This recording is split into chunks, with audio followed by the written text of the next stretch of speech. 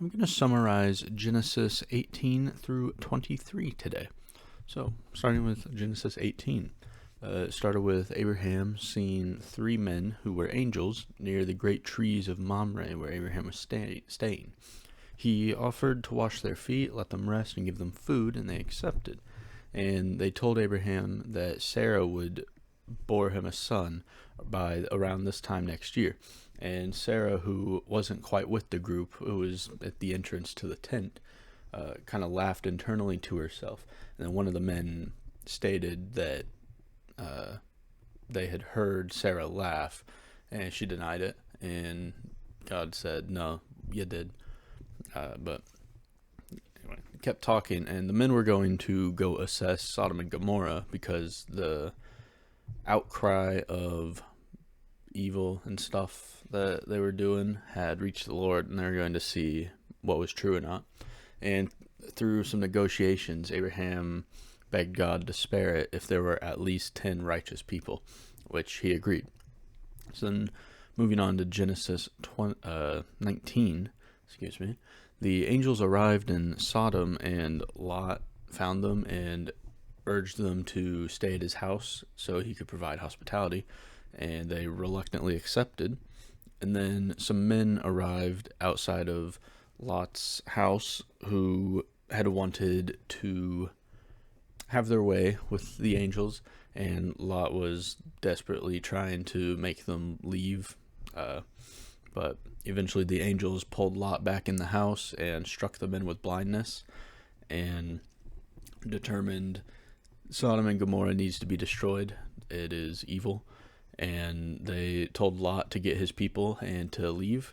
And Lot ended up being able to get him, his wife, and his two daughters to leave. But the suitors for his daughters didn't believe him, so they stayed. But they left, and while leaving, Sodom and Gomorrah was being destroyed, and Lot's wife turned around to look, and she turned into a pillar of salt. But once they got away, Lot and his daughters stayed in a cave, and his daughters did some unsavory things with their father to continue the family lineage. And that was the end of Genesis 19. So then Genesis 20, Abraham moved to the Negev and passed Sarah off as his sister again. And the king or ruler of the area, Abimelech, was going to take Sarah as his own. And God appeared to him in a dream and said, "Hey, don't touch her, buddy. That's bad." And in the morning, he summoned Abraham and asked why he had lied. Abraham said he had done it out of fear of being killed, which is similar to when he did it in Egypt. And Abimelech then brought some sheep, cattle, and slaves and gave them to Abraham and said, "Live wherever you would like in this land." And then he gave some shekels to Sarah and said, "This covers any previous or prior offense or anything like that." And then Abraham prayed for Abimelech, and that allowed his servants to bear children again, because when he had set his sights on Sarah and wanted to bring her in to his group of women, I guess, God made it so they could not bear children. So then moving on to Genesis 21, Sarah gave birth to Isaac, and Ishmael, the son of Hagar, was mocking Isaac. So Sarah demanded that Hagar and Ishmael be sent away, and that troubled Abraham. But God told Abraham, "Don't worry about it. Do this. It's the right choice. I'll be with them." So they were sent off, and then after that, Abraham was in Beersheba, and Abraham and Abimelech made a treaty with each other to not deal falsely with each other.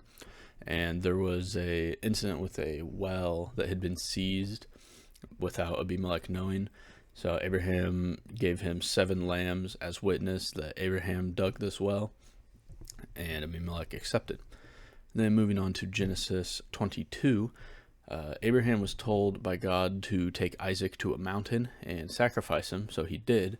And as he pulled the knife to slay Isaac, an angel interceded and explained, like, this is proof you fear God.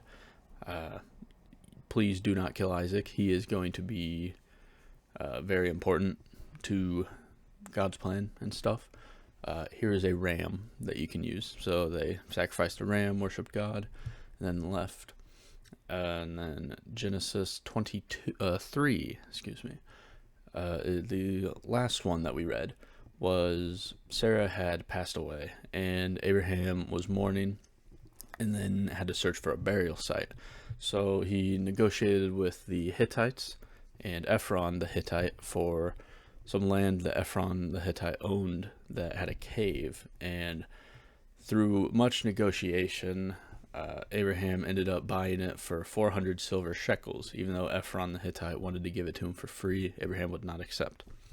But he bought it, and the burial site was located near Mamre, which is at Hebron in Canaan. And that is Genesis 18 through 23 up to this point.